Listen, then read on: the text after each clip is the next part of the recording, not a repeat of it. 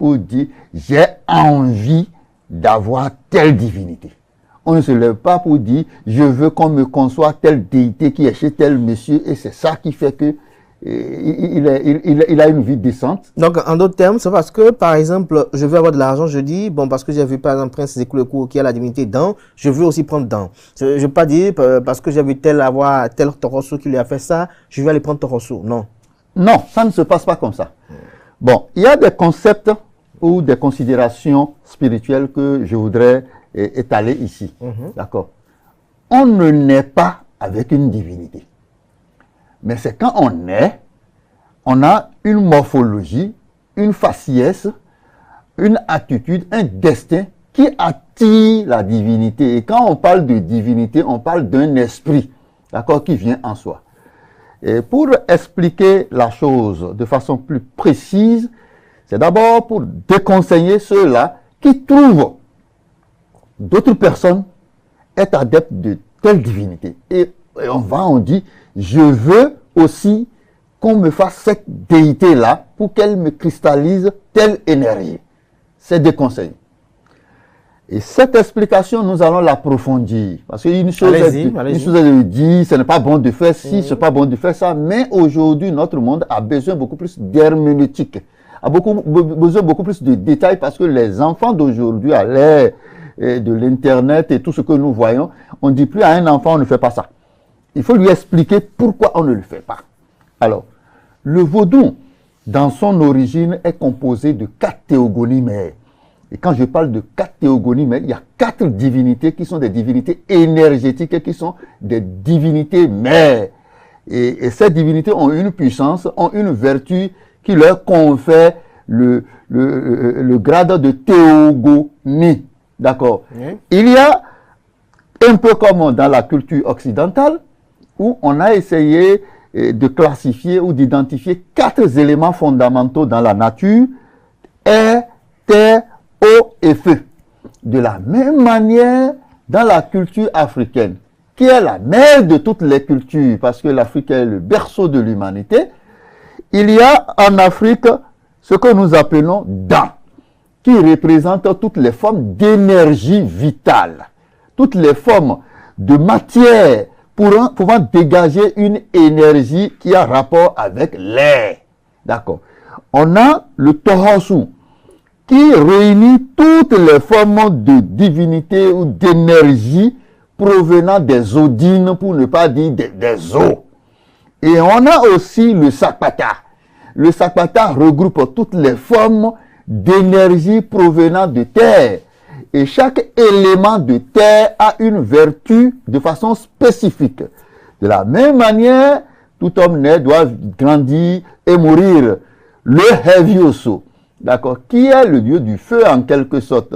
D'accord, donc le Hevioso qui regroupe tout ce qui a rapport avec le feu, pour ne pas dire le vieillissement. D'accord. Ce sont ces 4 énergies mères, d'accord, qui ont généré les autres déités vaudou. Et chaque type d'énergie, que ce soit feu, que nous appelons Hevioso, à l'intérieur, il y a plusieurs types de feu. Pour ne pas dire, il y a plusieurs dimensions de Hevioso. Un peu comme Gou, qui est un frère ou cousin de Hevioso. Il y a différents types de Hevioso. Alors, reconnaissons d'abord que les humains que nous sommes, pour ne pas dire les animaux que nous sommes, à élargir aux végétaux qui sont des êtres vivants, sont composés et constitués de 5 choses. Lesquelles? La première des choses, c'est la matière. Et quand je parle de matière, c'est que nous sommes composés de matière, terre, air, eau et feu. Donc ça veut dire que tous les êtres vivants, que ce soit les animaux, que ce soit les végétaux, sont composés de ces 4 éléments de la nature. Et quand je parle des 4 éléments de la nature, ces éléments de la nature ne sont pas identiques à l'intérieur d'eux-mêmes. Quand je parle le Sakpata, on parle de la terre, d'éléments terre, et pas de Sakpata. Granit n'est pas diamant. Diamant n'est pas basalte. Basalte n'est pas uranium. D'accord. Mais c'est des éléments de terre et chaque élément de terre a une vertu. Et cette vertu est véhiculée par une force qui est un esprit. D'accord? Donc, vous comprenez avec moi que tous les êtres vivants sont composés de ces 4 matières, de ces 4 éléments de la nature. Mais d'où vient l'alchimie du vaudou?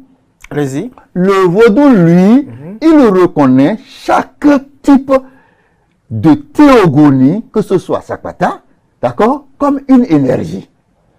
Et d'autres, comme une énergie, le Tohosu comme une énergie, et le Kavyoso comme une énergie. Donc, tous les êtres vivants sont composés de ces 4 choses-là. En dehors de ces 4 éléments de composition des êtres vivants, il y a le programme de vie, ce qu'on appelle le destin de la personne. Et c'est ce programme de vie qu'on appelle destin que nous appelons esprit germinal, qui est le matériel génétique spirituel d'un être vivant qui porte le programme, le devenir de la personne. Mais ce devenir, pour se transcrire en acte, ce destin pour se jouer, pour se transformer de programme virtuel en programme matérialisé, en acte, a besoin d'un type de carburant. D'accord? Et ce type de carburant n'est rien d'autre que le mixage de l'énergie air, terre, eau et feu. Je ne sais pas si vous comprenez. Oui. Alors, tout humain qui vit a en lui ces 4 théogonies. Tous les humains, tous les animaux, tous les végétaux ont en eux le Da, le Sakpata, le Kavyoso et le Tohosu en des proportions variables et différentes. Le taux ou la proportion de Sakpata, de Ashiru, n'est pas le mien. D'accord? La preuve, le nombre de bières que Ashiru peut prendre pour être saoulé n'est pas le nombre que moi je vais prendre pour être saoulé. Alors, d'où vient ce que je veux développer que j'appelle l'équilibre vital? L'équilibre vital. L'équilibre vital que nous appelons la santé, que nous appelons la grâce. D'accord? Les humains doivent avoir une forme d'équilibre entre le réceptacle qui est la matière qui nous a fait, qui est constitué des 4 théogonies mères, des 4 éléments de la nature, et le programme de vie qui est en nous, qui est le destin. D'accord? Parce que le programme de vie qui est le destin, supporté par l'esprit germinal dans sa mémoire d'avenir, en se transcrivant en acte qui veut dire, bon, je vais prendre ma moto pour aller en tel lieu, je veux m'habiller, je veux je fais telle émission. Cela consomme un carburant. Et ce carburant-là est généré par la matière des 4 éléments qui sont en nous. Donc, le carburant, qui est l'énergie vitale que le destin consomme pour se transcrire en acte, doit être proportionnel à la transcription. Si bien que nous disons, du moins dans notre livre « La sorcellerie vecteur de la science », que la santé ne signifie pas absence de maladie.